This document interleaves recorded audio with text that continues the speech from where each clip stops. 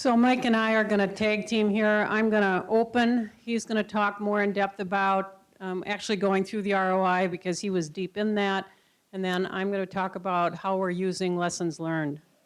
First of all, we're talking about families, transforming lives, single moms with kids who come to us with a mix of hope and hopelessness, really wanting a better life for them and their children. Imagine, if you will, a campus-like 3-story apartment building. On the second and third floors, our moms and their children live in apartments, safe, affordable housing with access control, so it is truly safe. On-site early childhood education, and the first story of that building is our Child Development Center, where our 6 weeks to 5-year-olds attend school. Our moms use a classroom there, pre-admissions for a 16-week course in personal empowerment, which our moms describe almost universally at graduation, one of the most impactful things that happened. Once they move in, they are taking a weekly life skills class, and they are working, they have all been accepted into and working on either an associate's degree or a bachelor's degree towards their goal of career track education to attain the outcomes that Jose has described. Increased education leading to financial stability and better economic outcomes throughout life for their children, looking for kindergarten readiness, better outcomes for them throughout life, more likely to complete high school and go on to college. So we're not just doing this for the activity, those are the outputs, but we're doing this for the outcomes of transforming these lives. Now I'll turn it over to Mike. Hello, everybody. I'm going to give you a little history of the whole ROI program at Jeremiah. In 2005, we originally did our first ROI program with Peter Heegard did it, and we knew we were kind of in the forefront, and we're very proud of ourselves, and I think rightfully so at the time, to do that ROI study. It was based on a Family Housing Fund study done in 2002. It was a nice, we think it kind of put us apart from the rest of nonprofits, and we ran with that and used it for a long time.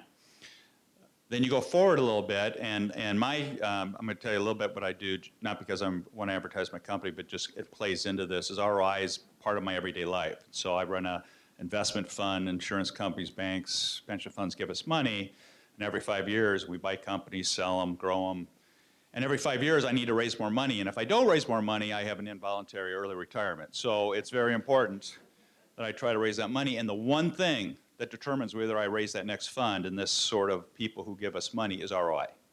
And so when I present them the ROIs from my previous investments, that's going to determine whether I get the next fund. And so ROI is very familiar with me. But the real thing to take away from that is in my business, if I present people with ROIs and I use funny math or I use assumptions that aren't substantiated, that word gets around the country real quick and I will never raise another fund. And so in my world, ROIs are very powerful, used a lot, but they're also something that are dangerous in the fact that you need to be transparent and you need to be objective and you need to be truthful because it's going to backfire on you if you don't. So that's my history. Now you look around the nonprofit world and what we see was, one, there weren't a lot of people doing the ROIs, and the ones that are, if you really kind of dug into them, a lot of the times you thought, well, maybe some of these assumptions aren't exactly substantiated. Maybe some of these assumptions may be a little self-serving. So what we wanted to do is, and it came from a Harvard Business Review article that we read and that I passed around our finance committee, is there was an article, and if you don't read Harvard Business Review, a lot of the articles are for profit, but they have great articles for nonprofit. And the article was about how in the future the donors for nonprofits are going to become more, there's going to become more aggregated national donors, and they're going to be aggregated, they're going to be larger, and they're going to have the resources to employ people that really look at metrics. And so to date, you know, we've all used, nonprofits have used kind of a tug-the-heart marketing message, which is important. But in the future, it's also going to have to be accompanied by a metric, by an analytical metric message. And so we looked at this article, and we looked at what other people were doing. We said, we were on the forefront in 2005, but if you stand on your heels and don't improve, you're not going to be on the leading edge.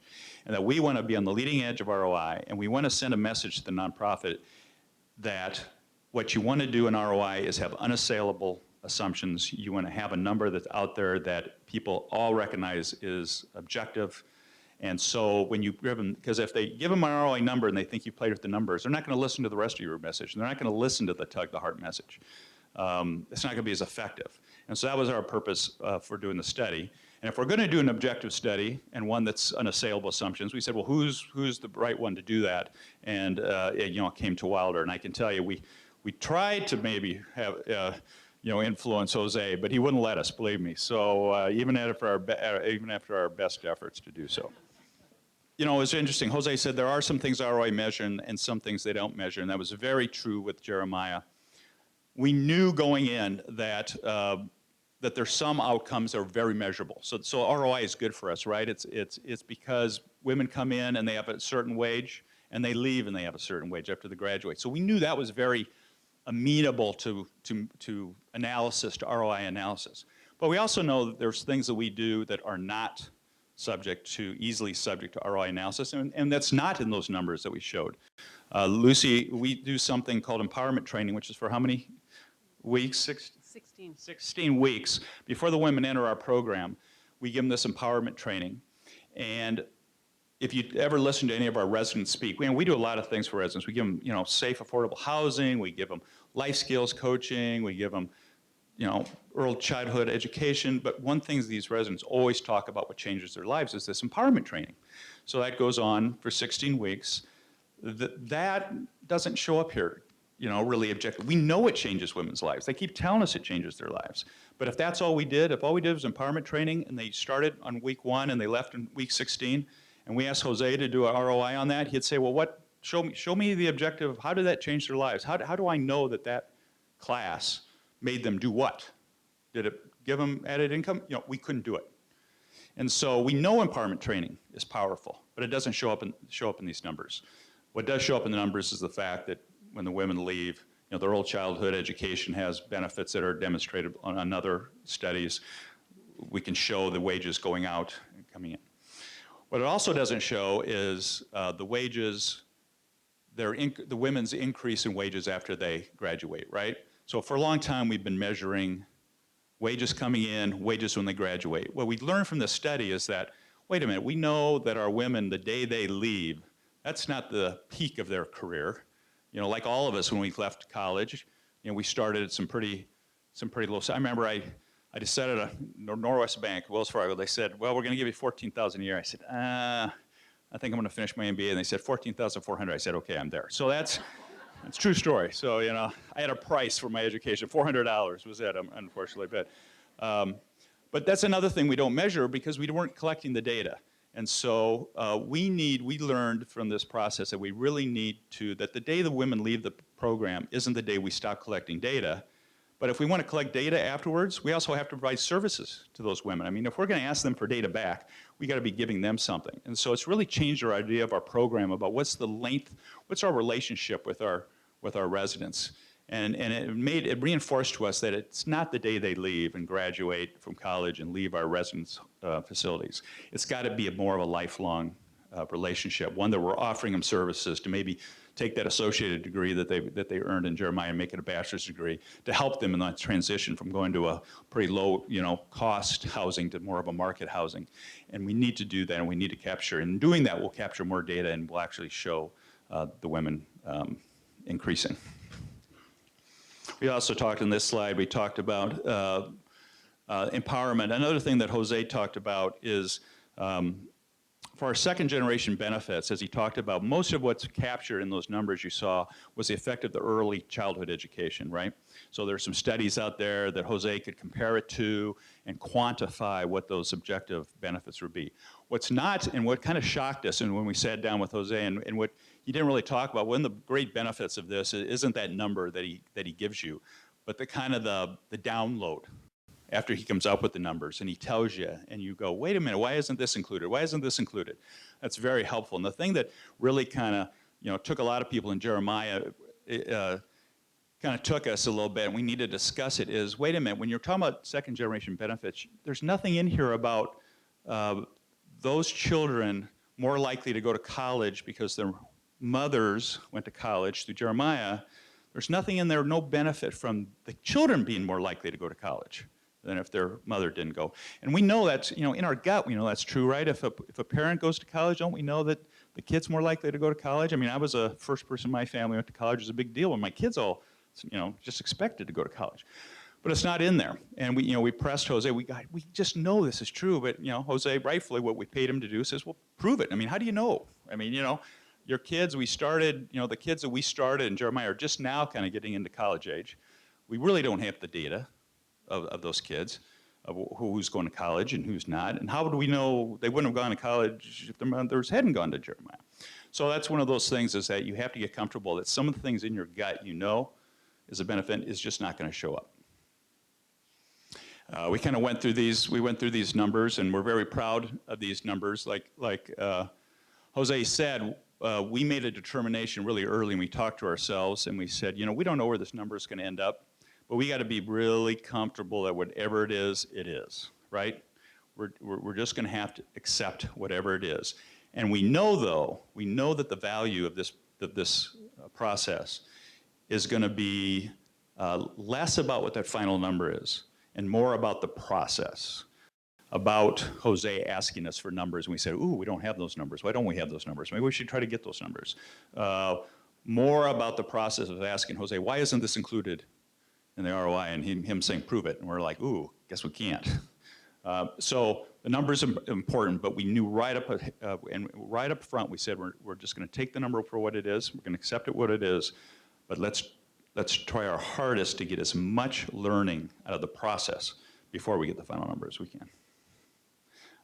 We talked about this. We need more data from alumni and their children. We just, one of the big lessons of this is that and Lucy's going to talk about what we're going to do in the future, is we just we had good information up to the day they left, but the information really got skinny after that. And so we are doing a lot that's really on top of our priorities, is to get more data from alumni and to provide more alumni services. This is going to be my last time. I'm going to turn it over to Lucy. But one of the things that Jose talked about is graduation rate, and it did shock us. So Jose came and he said, well, 50% graduation rate. We're like, oh, wait a minute. We know it's higher than that. And we kind of went back and forth, and there's a lot of lessons in that. One lesson is that if someone doesn't graduate, it's like, we call it an early departure, right? They leave early. And sometimes that's a bad thing. Maybe the resident wasn't doing well academically. Maybe she wasn't focused on academics, really looking at the cheap housing. And she leaves the program, and that's a cost to the program that we could have had a woman in there that did value education and would have graduated. But sometimes those early departures aren't so bad. Maybe it's a resident who men aren't allowed in our facilities for safety reasons. Maybe it's a woman who is really doing well in her education. She met somebody that she wants to get married to, be part of her family, be a good father figure to her children, and they leave the program to start a new life, a new part of her journey, of her life, and she completes college, and everything's great. Well, that's still, in those numbers, that kind of is as much of a cost to the program as the other type of early departure. And so what we've realized is that we really need to focus on early departures, right? We really need to figure out, because that's a cost to the program. We really need to figure out, and it's kind of the inverse of graduation rate, right? And so we really need to spend a lot of time getting that graduation rate, because those numbers that Jose said, we had him do a sensitivity study. We said, okay, what's the ROI if it's a 50% graduation rate, 70% graduation rate, 90% graduation? And it's really staggering. I mean, it's really sensitive, the ROI to that. So it really made us learn and made us think about, we really need to do that. And really what it did is, we had always had a KPI, a ratio that we looked at. And we had always looked at vacancy rates, because our thought was, we have these, facility that has this capacity, that we want it filled, because if it's filled, more women are graduating, a cost or split among more participants seems like a reasonable ratio to, metric to kind of manage your business with.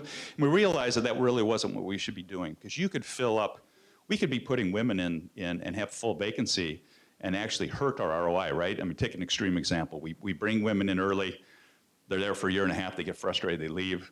We always have zero vacancy, but we have zero graduates. I mean, it's an extreme example, but it kind of plays out what the fault is in that metric that we're managing to. Where we really have to manage to is graduation rates. So what we really have to manage to is look at those early departures and try to minimize those as much as possible rather than trying to maximize the vacancy rate or minimize the vacancy rate. And so it really changed our management of our firm. So I'm gonna turn it over to Lucy. I told Lucy to, anytime she wanted to intercede, to hit me in the ribs, but many of you know, Lucy spent most of her career at the Minneapolis Police Department. I don't know if that's really a wise thing for me to do because I'm pretty sure she can put me to my knees anytime she wants, but she hasn't yet, luckily. But. So I'd like to just clarify one point. Men are allowed at Jeremiah. Yeah, no, so, but they need to be out of the residence by 10 p.m. And we have a list of positive male role models that can have passes to be in the building, but they need to be out by 10. So I want to focus a little bit on one of the things Mike talked about is graduation rates. It's about increasing retention. So we have looked at our admissions criteria and how we coach our applicants and looking for ways to improve that process so we can increase retention rates. Also looking at the amount of maybe coaching and support they're getting from the beginning and throughout the program, and are we helping them see where the risks are for maybe breaking the rules and therefore having to leave, and so how do we continue to support them in ways that will keep them in the program rather than focusing on whether they've broken the rules or not. We also have just introduced a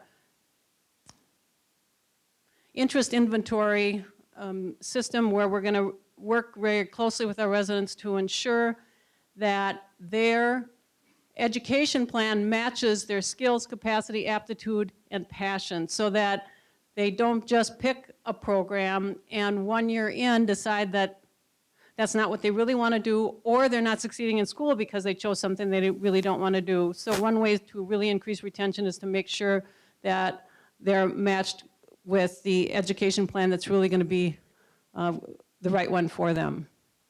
So we know that those with bachelor's degrees over their lifetime will have greater economic success on average than those with an associate's degree. But the investment in those four-year degrees is greater, or those bachelor's degrees is greater. We do not want to, and since the ROI have gone through a very introspective process, had some strategic discussions on the subject of bachelor's versus associate's degrees, and we're not going to prescribe for residents whether it's going to be a bachelor's or associate's, but again, go back to what matches their interests and passion. And one of the things that we know from our residents, and I certainly hear in one-on-one meetings with our moms, is once I got my associate's degree, I was hungry for more education. I was hungry to go on to a master's if they got a bachelor's. And so what we're looking for is matching to what is going to best serve them and supporting them in that. And then also, if they're going to go on to a bachelor's degree after they've left Jeremiah, we want to continue to support them with increased alumni services so they're getting greater support and resources after they've left to continue their path to self-sufficiency. One of the things that's been really important for us is sharing this information. It helps us improve our program and our outcomes. One of the other things that we are doing is just have rolled out and are in that painful but beneficial process of a new information management system, helping us better keep track of what the progress is of our residents and families and what their outcomes are. But you know you can have a great information management system, but if you don't use it and don't put the data in, you are not going to get anything out. So not only do you have to have a robust system, but you have to use it. And then to continue to share what we're learning very candidly and transparently, and also continuing to use this for continuous quality improvement so that our families are best served, because no one's working harder to break the cycle of poverty than our families.